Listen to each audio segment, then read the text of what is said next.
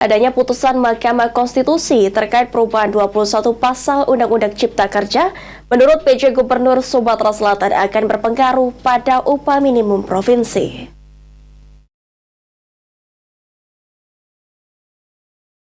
Dengan adanya putusan Mahkamah Konstitusi terkait klaster ketenagakerjaan dalam Undang-Undang Nomor 6 Tahun 2023 tentang Cipta Kerja menjadi undang-undang dengan 21 pasal perubahan terkait tenaga kerja asing, upah dan minimum upah, pemutusan hubungan kerja, perjanjian kerja waktu tertentu, outsourcing, cuti serta uang pesangon, uang pengganti hak upah dan uang penghargaan masa kerja. PJ Gubernur Sumatera Selatan Ellen Setiadi mengatakan perubahan 21 pasal putusan MK akan mempengaruhi upah minimum provinsi untuk tahun 2025 mendatang.